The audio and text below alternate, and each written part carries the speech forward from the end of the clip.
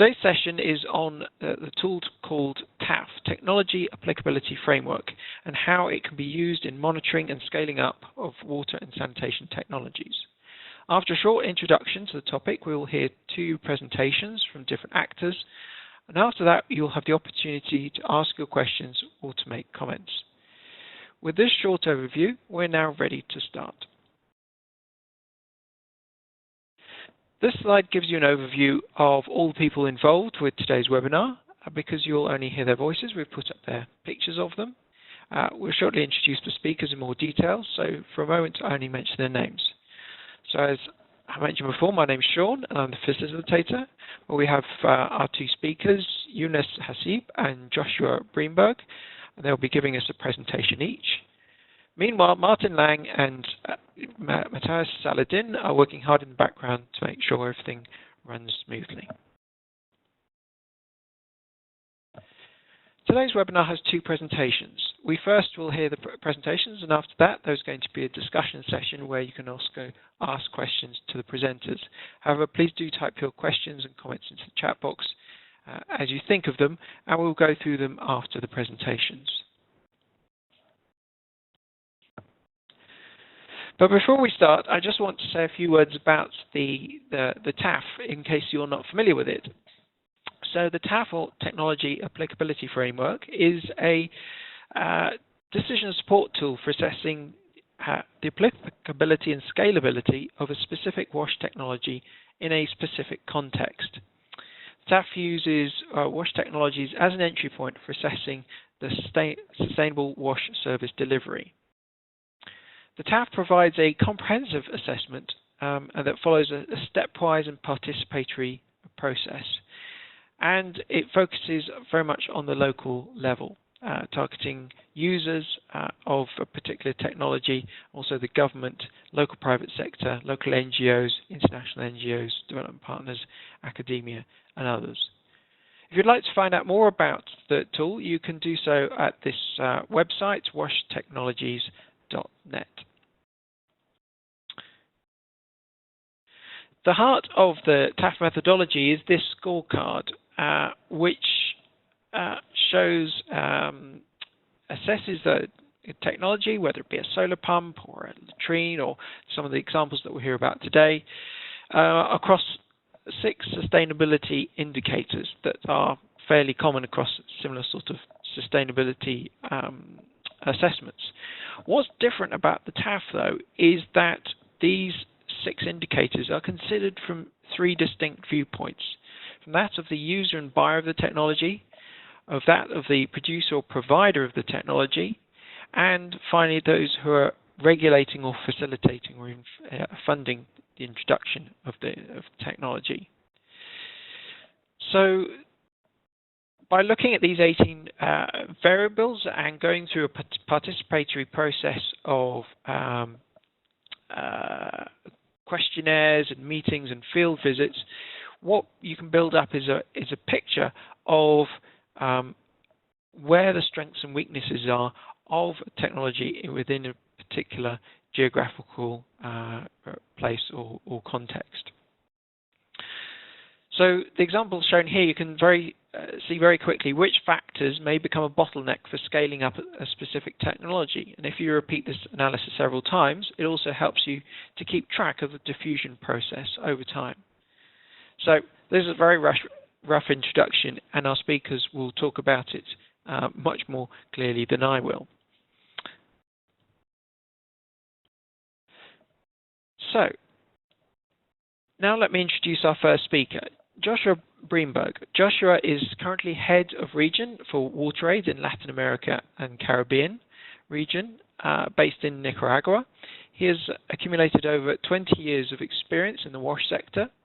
Since 2013, and with the assistance of SCAT, he has spearheaded the adaptation of the TAF methodology and its application in the region, focusing primarily on complex environments such as Los Mequetia in Nicaragua and La Guajira in Colombia, where the track record for access and the success of introducing technological solutions has been extremely limited. Joshua, it's a pleasure to have you with us today. I'm now handing over presenter rights to you. Thank you, Sean, and everyone at RWSN that has organized this webinar today. And welcome to everyone. I'm speaking today from Nicaragua, and the presentation that I will give today is focusing on how the Technology Applicability Framework, the TAF tool, can be used as really as a planning and monitoring tool for participative engagement in the process, and that angle of it, a really sort of integrated angle beyond exclusively focusing on the technology. So really looking at an entire program and how the tool can assist the development of planning, and then the monitoring and learning of the program as it progresses. I'm speaking from the context of the experience of applying the TAF tool in, as Sean said, complex environments. We have since 2013 adopted the tool first in Nicaragua, in the remote northeastern part of the country, or Caribbean part of the country, and have since this year also expanded our program and the introduction and the application of the TAF tool to a region of Colombia, which is also very remote, difficult access, predominantly indigenous populations, multi-ethnic, multilingual, predominantly rural, but also peri-urban environments. So the characteristics of these regions are highly underserved, very vulnerable, multiple sources often of water, and also multiple uses of water resources. And on the other side, limited institutional capacity, often limited presence of government institutions, which is one of the questions that we look at in terms of working the TAF tool into our work in the agenda for change and working at the institutional level, and system and sector strengthening, limited supply chains, and a history of dependency. In these contexts, as in many contexts in the water sector, there is a history of the use of multiple technologies, or the introduction and trialing of multiple technologies. And in these complex environments, these tend to be even greater. So this is quite a selection. There's many more. But in the areas that we have been working and applying the TAF tool, we are dealing with borehole wells with windmill pumps, gravity-fed piped water systems, rainwater catchment, manual drilling, and hand pumps of different varieties, different options for household water treatment. Also different options for filtering and communal water treatment, and a plethora of options for sanitation, from container-based sanitation to pour flush, and also hygiene options, technologies, and tippy taps, and desalinization, and different storage technologies. So it's in a context of multiple technologies. I won't go into this in any great detail. This is, as Sean introduced, the sustainability framework, the 6 variables, key factors that we're looking at, and then the TAF methodology engages key perspectives from three key stakeholders, and comes up with a scoring in terms of the enabling environment, whether it's positive, neutral, negative, or whether it's unclear and there's a lack of information to be able to make a judgment. So the key aspects that we found of the methodology definitely has to be carried out in the area of intervention. It's very context-based. The participants, or the three stakeholder groups, and in terms of what it takes, this is really a 1 half-day session. It can be 2 to 3 hours, 2 to 4 hours perhaps, for each group, to go through the questionnaire and the discussions, and then 1 joint half-day session to bring everything together and to reach some conclusions. One of the things that we've been used an adaptation is really to, on the user groups, is to break them down by specific interest groups, so men or women, adolescents, or other special interest groups of users. The methodology also does take advantage of any existing traditional evaluation studies as another source of an alternative source of information. Again, half-day sessions and the presentation and analysis and conclusions. So this is the result of a recent application in a rural, remote area of Colombia, and where these are the results from 3 different user groups. So this was men, women, and adolescents, and you can see that there's some variability in the responses and the scoring. So I'd like to go into what the motivation is for applying TAF during the planning phase of a program, an intervention, and the potential that it has. The potential, one of the potentials is to deconstruct perpetuated myths about demand triggers, and this comes into the participation often of users and different motivations that emerge from the methodology, from the TAF process, in terms of really what is triggering demand from users for a technology. And again, where you often identify different triggers for different segments of the population. It also identifies the potential and scope of financial co-responsibility or hybrid financing, where between the 3 stakeholders, determinants in terms of the potential for financial sustainability on the economic side of a technology emerges and allows for the planning to try to construct a proposal for co-responsibility on the financial side. It defines capacity building needs and identifies opportunities to develop a robust supply chain. This is where, in the planning stages, when there is not identifies a barrier or non-enabling environment that allows, in the planning process, to focus in on that aspect and to build that capacity into the intervention.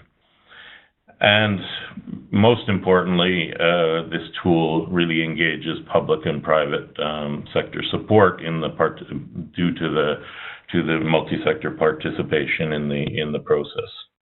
So the results of the TAF during the planning stage should influence the aspects of the implementation strategy before starting to apply any technology. Once having passed through the planning stage, there's also motivations for applying the TAF during the monitoring, evaluation, and learning phase of a program. And this is this allows us to disaggregate satisfaction by user group, and really identify where there is buy-in and where there is rejection of a technology, and it's often not uniform within a population. It also allows us to evaluate the success and the replicability of the financing model that's being applied or being implemented, and to evaluate progress towards achieving the required capacity needs. And again, to re-engage the public and private sector support, and to be able to foment scaling up process. So all of these at this stage in the monitoring and evaluation stage are results that should inform the adjustments needed for the scaling up strategy. So the process in a very simple scheme is in these two phases. Initially, obviously, to train and identify and train a facilitation team to be able to do this, to be able to apply the TAF, technical review to identify existing and potential technologies and do initial screening, the application of the TAF, which, as I mentioned earlier, is comprised of 4 half-day sessions. And out of the results of the application, then the definition of the implementation strategy, the implementation phase, and then going into the monitoring and evaluation, a reapplication of the TAF and the definition of the strategy for scaling up.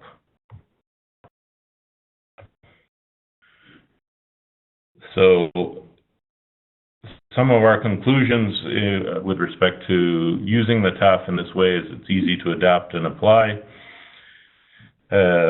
It's really well accepted by all that are involved. There's easy engagement of the participants at all stakeholder level. It quickly identifies and it's also an effective trigger for engaged cross-stakeholder discussion and debate. And it's very low cost in terms of really talking about 4 half-day sessions. Some of the recommendations and challenges that we'd like to share is that it's important to ensure the maximum preparation of the facilitator team to be able to capture the more minute details that tend to come out of the sessions, which are very informative. It's important to do, when doing the user analysis, to consider different groups within this category, as I mentioned earlier.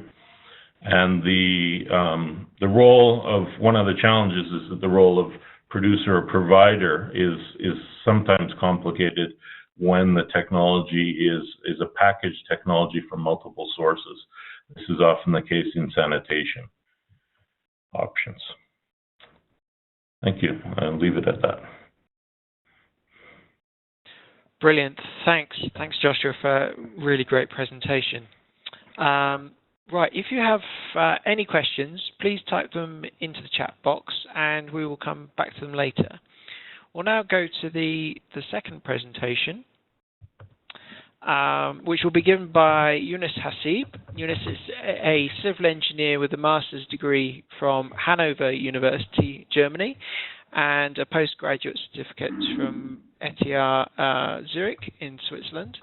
He has 25 years of experience in development cooperation as a consulting engineer and advisor. And he has worked for the past 8 years with the German Agency for Development Cooperation, GIZ, primarily in the fields of water supply and sanitation. Yunus, it's a pleasure to have you here with us today, and I'm handing it over to you. If, Martin, you could give Yunus the presenter rights.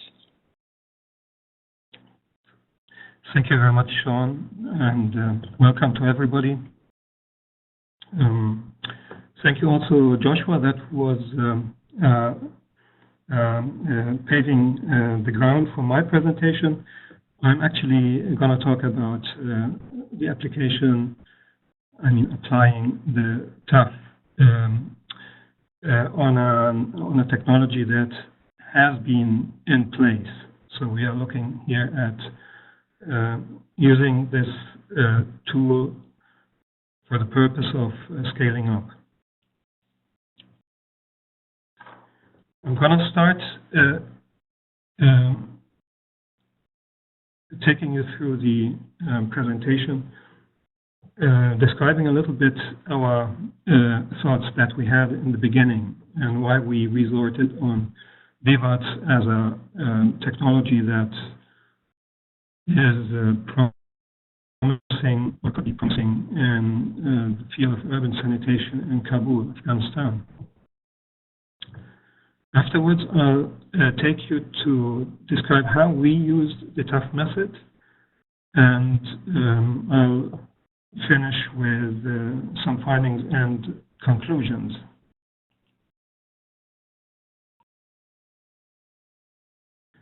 So, Kabul is an extremely rapidly growing city. It had, before 2001, around 1 million inhabitants, and nowadays we are calculating with roughly 3.5 to 5 million. No precise numbers are available. It is a fact, however, that water demand is increasing rapidly, and therefore the production of wastewater is increasing. Traditionally, the population of Kabul, as elsewhere in Afghanistan, was relying on dry toilets, which as such are a very good way to solve the sanitation problem. Only it became difficult with the amount of wastewater that is being generated. The dry feces would be mixed with ash or soil and then used in agriculture. People usually didn't pay for that service. It was the farmers or middlemen who would provide that service free of charge. We estimate that today approximately 30% of the population are still relying on this kind of technique. But we also acknowledge that that this number is diminishing quickly because people believe that water-borne sanitation that is utilizing septic tanks or pit latrines are more modern. So we are facing a transition here, and the percentage of population who rely on this so-called modern type of sanitation is estimated at 60%. The impact that we observe is that most of the facilities are not up to standard. They are seeping into the underground. The sludge is not being emptied regularly, obviously because many of the structures are constructed in a way that they are meant to seep into the underground. So sludge build-up is very, very poor. And on top of that, the emptying is not regulated in any way, and it is expensive. So we don't know where the sludge winds up. In many cases, it does not reach the point of any treatment facility where this could be safely treated. So the current situation leads to groundwater pollution. I must say in this context that 80% of the population is not using piped water. So they rely on shallow groundwater wells, and this, of course, there are approximately 200,000 wells in Kabul alone. And this, of course, is very critical to support a safe water supply. And this is one of the reasons why we are desperately looking for an alternative here for sanitation.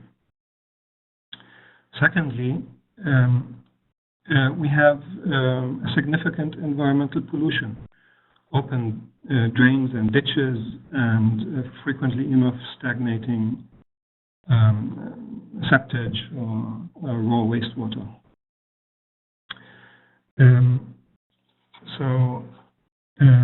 This is the background that I wanted to give you. And why did we now resort on DEWATS as a possible technical option to solve this problem? DEWATS is operating, well, first of all, it's a product developed by a German NGO called Border. It's an abbreviation of the Decentralized Wastewater Treatment System. It was introduced in Afghanistan in 2012-2013. 1 year later, we signed a contract with DEWATS to try and team up, join forces, and look into the potential of taking this technology even further. So, what is the advantage of the technology, and why do we see this make a difference in the context of Afghanistan? It's a modular wastewater treatment concept that could be combined in different ways. It handles the wastewater of individual households as well as huge quantities up to 1,000 cubic meters per day. It is low in operating costs and barely requires any maintenance. Sludge production is low because it's an anaerobic technology, and it produces methane, which could be used elsewhere. In any case, it should be flared, if not used for energy production or heat production. So I'm showing you here one of the largest construction sites where DEWATS was used for a large housing scheme. It is modular, as I mentioned before, can be easily combined and fit into the space that you have. It creates jobs, and it could be integrated in your environment, could be included in a gardening concept, or if constructed differently, it could be constructed underneath a parking lot or something like that. So how did TAF now come into play? We wanted to identify any weak points or risks which may limit the scaling up process of that technology. So, and in addition to that, and that to us corresponds with step 1, the screening of the TAF method. Step 2 is the assessment. We developed 18 guiding questions which represent 18 indicators. And as Josh explained earlier, and Sean, you did that as well, we have 3 different groups of actors, and we have 6 categories of questions or aspects that we want to address. And with this set of questions, we went into the interviews, actually. Finally, we produced a little report with the earlier explained or introduced scorecard. And this brings me to the last slide, the findings and conclusions, where we want to identify first the bottlenecks, which are shown in this scorecard for the case of DEWATS in Afghanistan. And we want to discuss possible actions to improve the scaling up. So the first bottleneck that we see is the high investment per household. Of course, I need to mention also that the profit margin for the producer is very limited. It barely reaches a two-digit margin, which is critical. And on the part of the regulator doesn't have any instrument in hand which could alleviate the situation. For example, by providing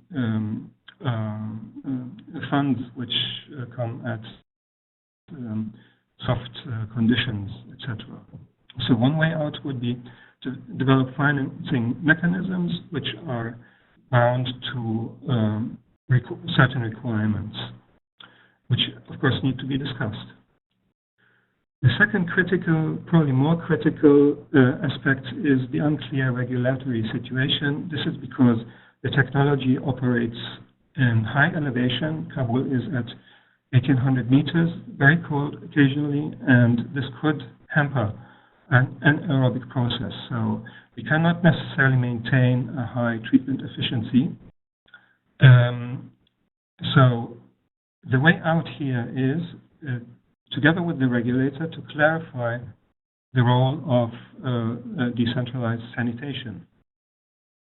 I can say that in the meantime, the regulator acknowledged DEWAT's technology as a transition technology, which is good news for the producer and for the users, potential buyers of this product, because they now have the security that they are in line with the legal aspects of that product.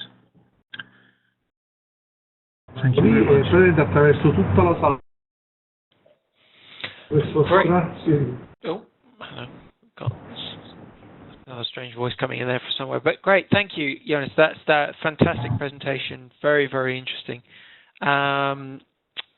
So I'm sure people have questions now, so please type them into the chat box so we can put them to the presenters. Let me just go back to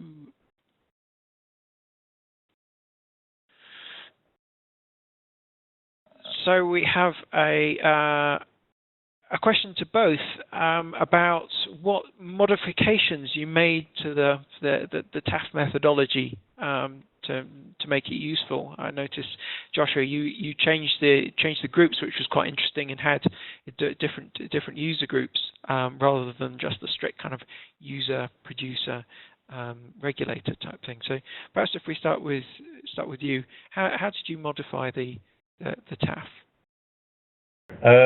Yeah, I would. The principal modification that we have done from the very beginning is really to segregate the user group in the process, and we found in all cases, particularly because most of the applications tend to be related to very individual circumstances or individual systems, and the relation, and especially on the social, both on the social side, but also on the economic side, find very different responses. So a recent application was on container-based sanitation, which appears to be really the only viable option in the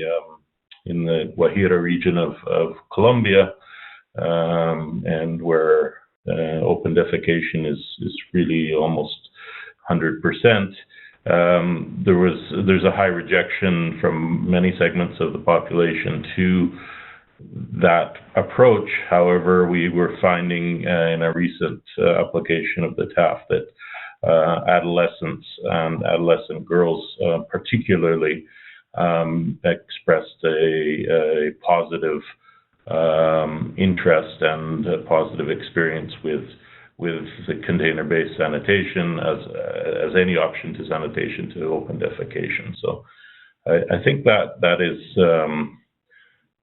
the primary modification that we have had, and then I think the other challenge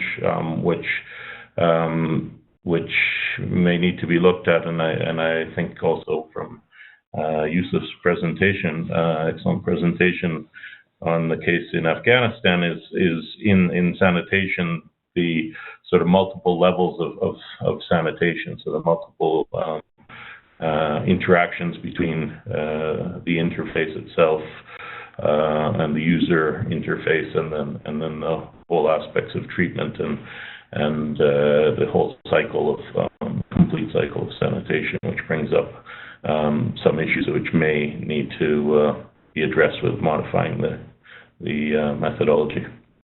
Great, thank you. And yeah, I think that's a really interesting point, particularly from a sort of equality and non-discrimination perspective of really being able to look at different groups and understanding and being able to kind of visualize through the reporting process the different needs of different types of users. I think that's really, really important as well.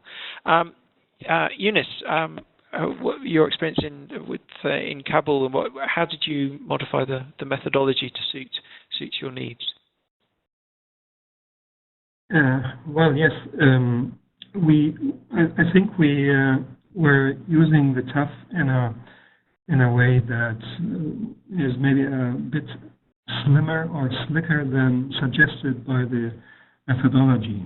I mentioned earlier that we didn't really go into this screening step one. We didn't fill the questionnaire. We had a pretty good idea what we wanted to find out in the process. So we immediately jumped into the assessment and into the interviews. I think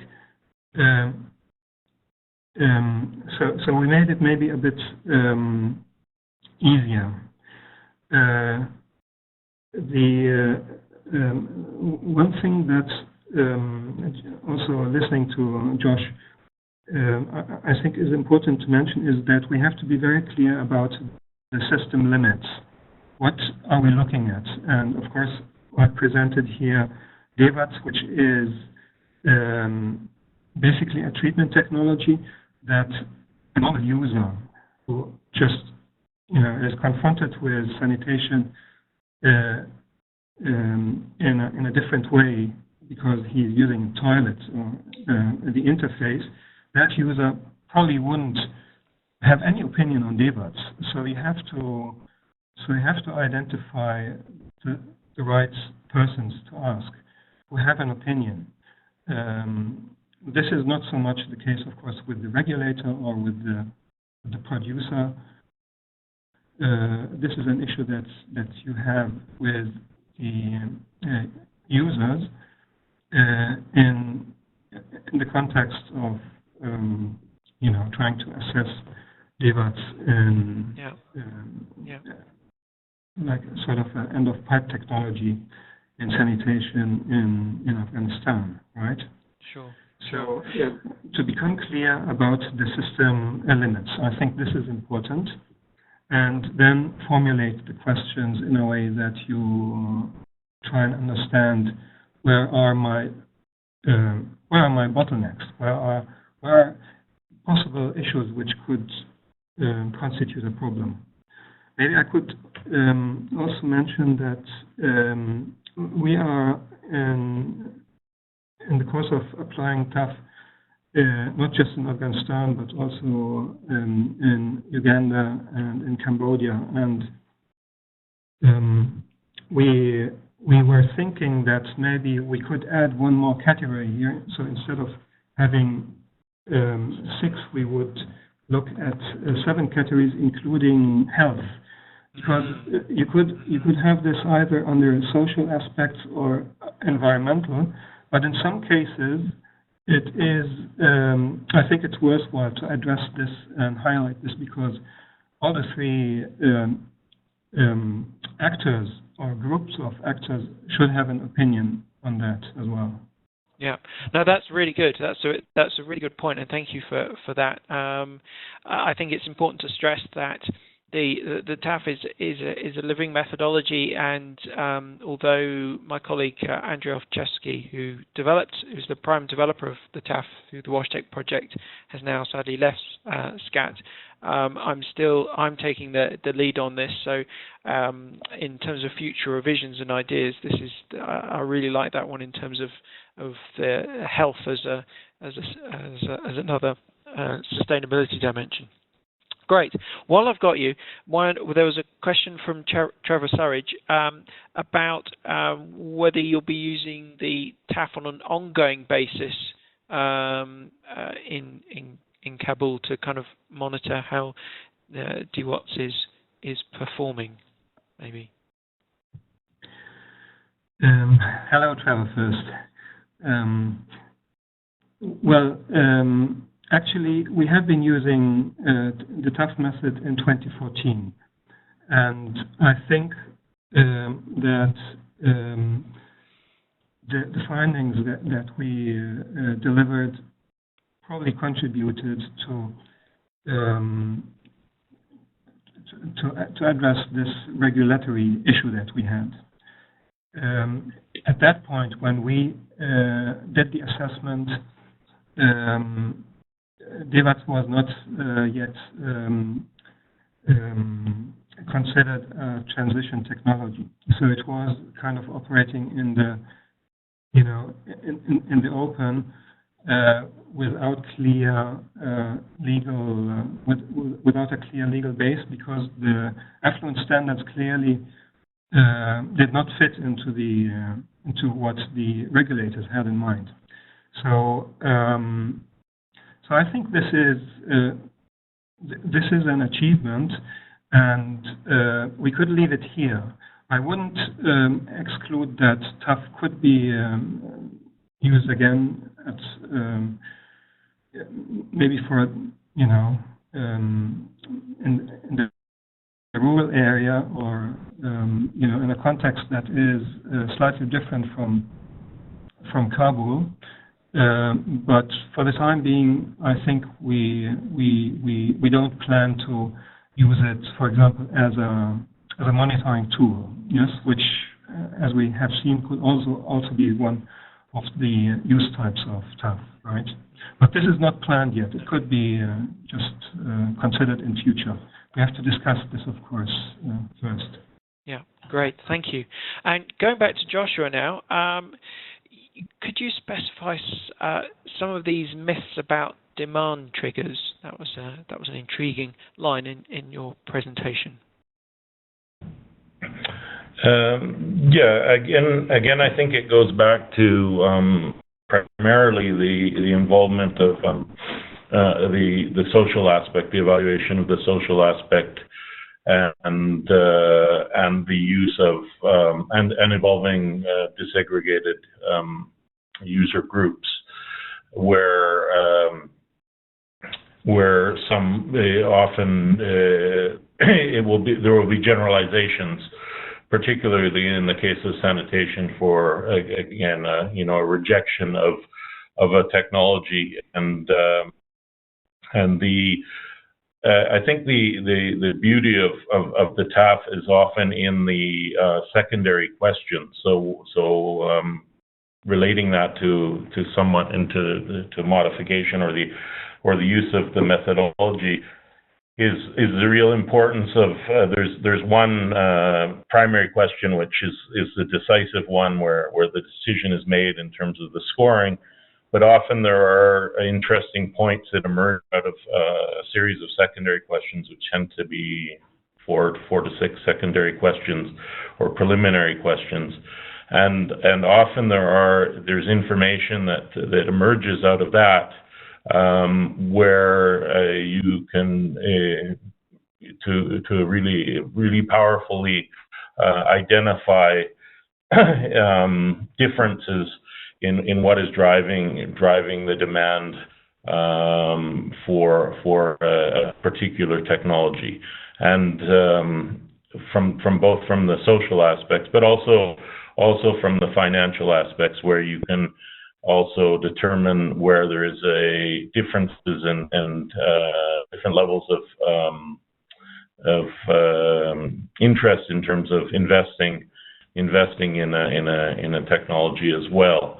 And so often we find that there's a generalization, a sort of an overriding myth about the relation and the adoption or the potential for adoption of a technology by a given population. And once we get into the process, primarily in the I guess the three factors that come into that are know-how,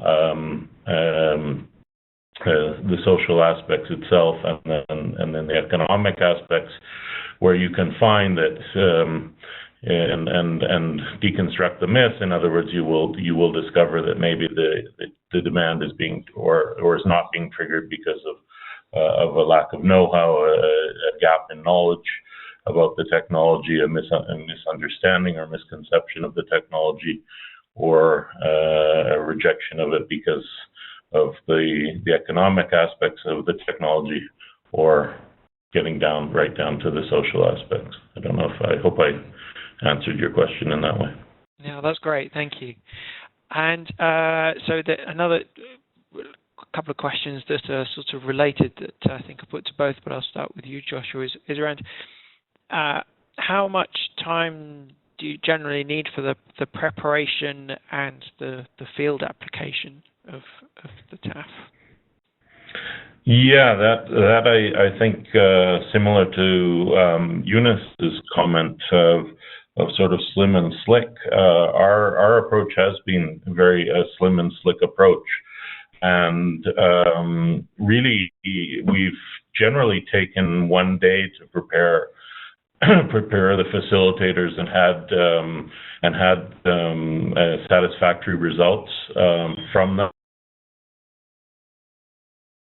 Preparation and then the process itself.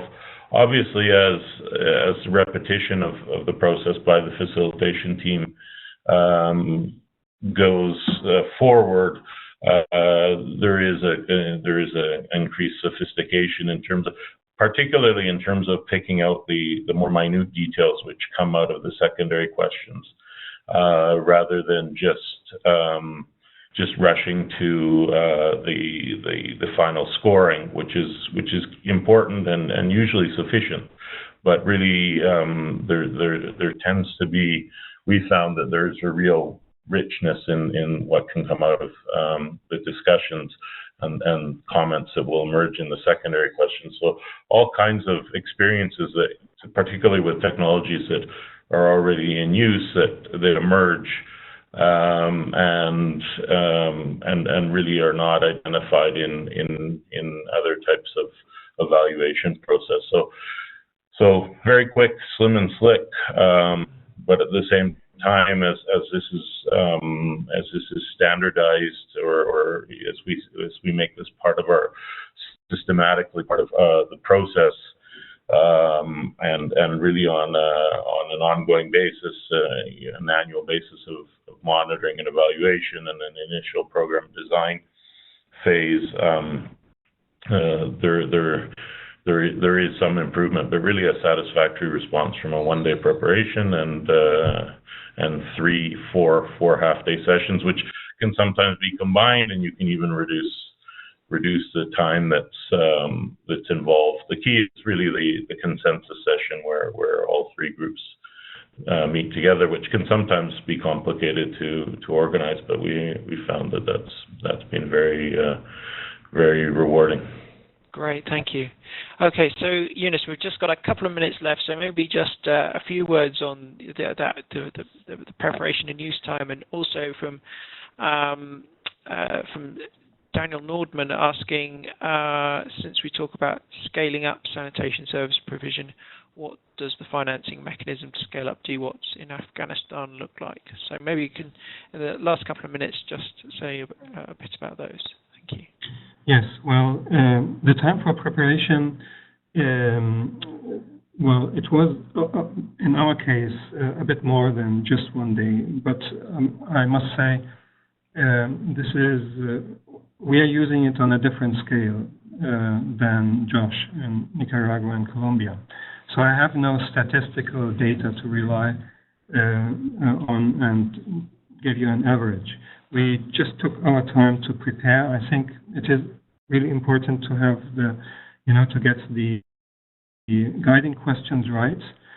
And then once you are in the interview, it takes you from there. It's just an open discussion. And if you have in mind where, that actually upscaling the technology is in the center of the question, then you can come out with very good ideas and conclusions.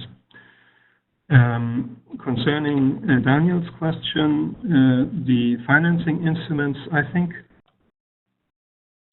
the partners we are working with are currently very busy getting the water sector in order.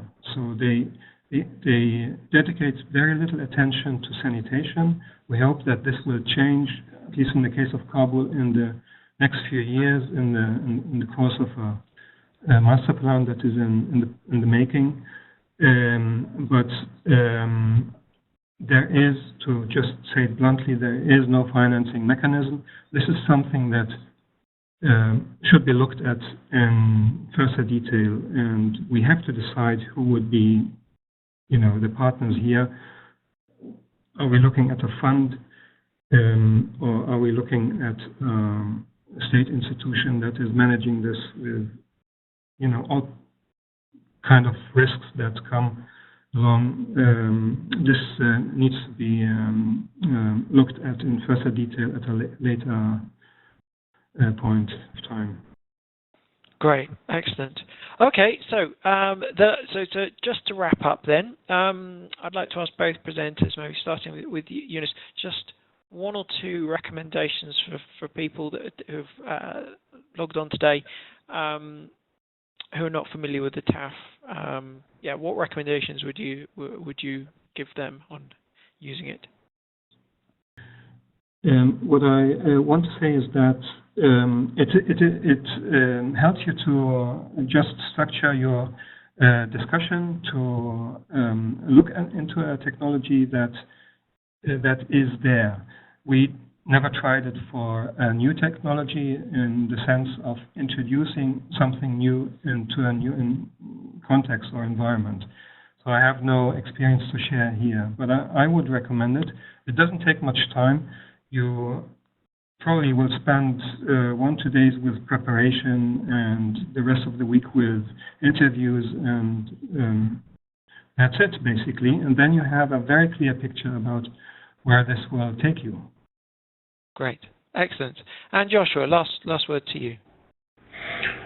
I just highly recommend it. I think keeping it simple, applying it and learning through the application of it, and just the key of engaging, ensuring to get full participation of as much as possible of the three perspectives, and trying to break the nut of the perspective of who is actually providing the technology. I think is a challenge to be looked at. So that perspective is key, and being able to articulate what that is in variable circumstances where sometimes there's an intermediary in that, but as much as you can get to the source, and it may be multiple providers. I think in the case that Yunus presented in Afghanistan, there's potentially multiple providers in that. There's Borda, the DWATs, but there's also who's actually providing the toilets, who's introducing those to the users, and we find that as well in some of the cases we have addressed, and then really to look at it as to see if it can be integrated as a systematic approach within a program. Brilliant. Great. Fantastic. Thank you both so much for really great presentations, very rich answers to the questions from the audience, and thank you to the audience for joining us today and for asking great questions. I know there were some more questions that didn't get answered, but we'll pass those on to the speakers so they can get back to you on those specifics. So, as you may be aware, this event is the last of the mini-series of webinars. You can see the titles of the sessions here. And the website link at the bottom, you can download the presentations, and you can also review the recording of this session and the previous sessions. This webinar will be repeated in Spanish later this afternoon.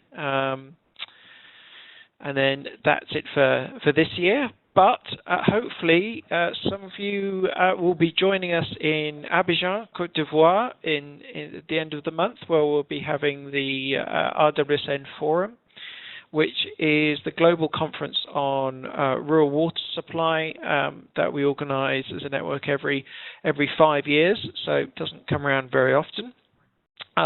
There we have. We're expecting around 500 participants and around 160 peer-reviewed submissions, papers, posters will all be posted online over the coming week or so.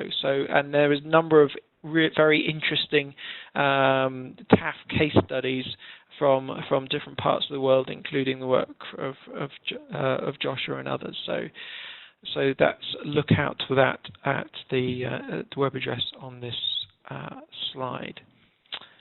So we've reached the end of today's event. Hope you've enjoyed it, and we'll look forward to seeing you again. And thank you very much, and goodbye.